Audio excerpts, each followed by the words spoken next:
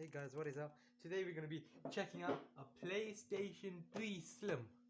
Right, this is not the super slim, not the fat, this is the slim.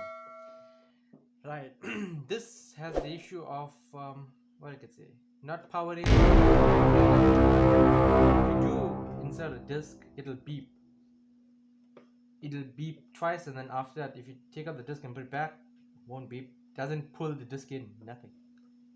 Don't worry, the disk drive is completely fine, there's nothing wrong with that. And I don't know, I think, yeah, I worked with this before, but I never really show it on video. But anyway, right, it's already been opened, as you can see. No screws here, no screws there. The hard drive cover is out, but I'm just gonna like pretend to open it, give you some juicy stuff. Yep, ha ha ha. Right, so the first thing we're going to take out is hard drive. That's out. It has I'm not really sure how many gigabyte hard drive it has, but I do. Let's see. This one is a 320 gigabyte model, right? I heard a lot of people had the issue with the PlayStation 3 Slim. It would come on and just turn off. Alright, today we're going to be talking about how to fix your issue. As you can see, the disk drive works perfectly fine. It'll open there, this goes in and it pulls and it spins. Enough of that for now. Right, all the cables have been disconnected. I worked with this before, and the first thing we're going to be diagnosing is power supply.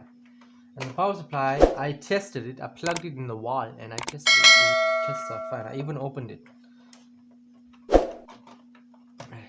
You're gonna have to like kind of pull it up.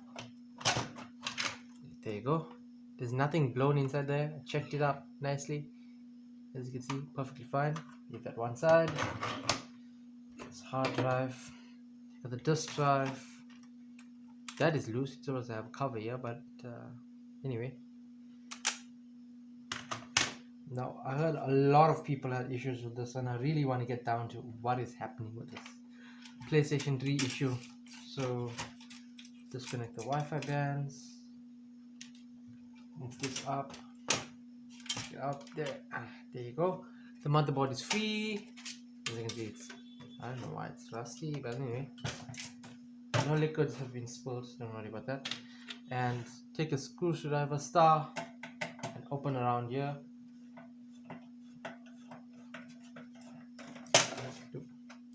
And I also heard of people not having the issue with pairing up Bluetooth controllers and other issues.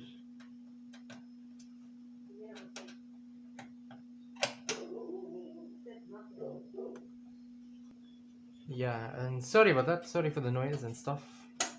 But this is how we're gonna do it. And the tray is out. Boom. Motherboard is here. And I've unscrewed. Once you unscrew the two clips, it's done. Then you can just like from the front, grab it like that, upwards in the USB ports, tilt it up, pull it forward, done. Out. It might be a little bit hard, but this is no thermal paste here. It's dry like concrete. Alright. So the reason why for this not powering on, not the power supply, motherboard. It's right here. Wi-Fi chip. See, it was supposed to only take like 5 volts. Now because it's soldered to the board, it makes it harder to remove. I'm not going to be showing, I'll tell you how to fix it. I won't be able to show you how to fix it because I never fixed this one as yet. Right? So basically, this is causing a short in the board. So when I press the eject button or insert a disk, it'll beep. And the power supply has technology built in to protect it from blowing itself up. Basically, a short in the circuit, it'll switch itself off, won't give any power at all. That's the thing. So this is the short in the motherboard, probably this Wi-Fi chip. But there's also another issue. Recycling as a hobby covered on their channel. I'm giving credit out to them. If you turn the board over from here, turn it directly over and look in the corner where the Wi-Fi chip is under. as you can see, I think it's one of the chips that short out, that don't what I can say, cause a short in the motherboard and doesn't work because it gets fried. I think it's this one here. Come on, focus, focus, focus, focus. Come on.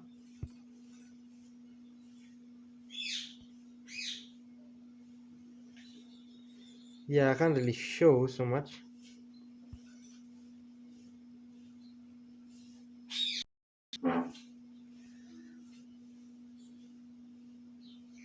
Yeah, but anyway, what if I block out the flash? Something like that. Yeah, probably that will work. Tap on the screen and get it to focus, but it's not. But anyway, as long as you could try and see, this is under the Wi-Fi chip now. Look here. Sorry about the focus, and here down there. That's called SMD coil, I think. Yeah, SMD coil.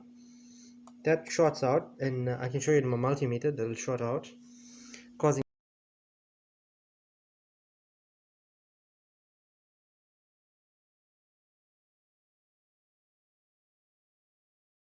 it not to power. Another reason is also USB ports. No power, no, but lights was to come. It just will power on. The USB short here. It'll detect. No power. Won't give you power. And that's, yeah, that's about it. Wi-Fi card. That's one. And this SMD coil, you must check it out in PS3 Slim. And you must check your USB ports. This one here, the USB ports are fine, and all the ports in the back are fine. Now the issue is I rounded it off to the SMD coil and or the Wi-Fi chip. Cause Bluetooth controllers not to pair and Wi-Fi not to connect. And yeah, even the PS3 FAT. But the PS3 FAT is removable. See, this is soldered directly on the body. You just can't plop it out. So thank you for watching. This is Jordan Venom _23, and this is how do you fix a PlayStation 3 Slim doesn't power on and no lights. Thank you. Please consider liking and subscribing, and see you next time on the channel. Bye.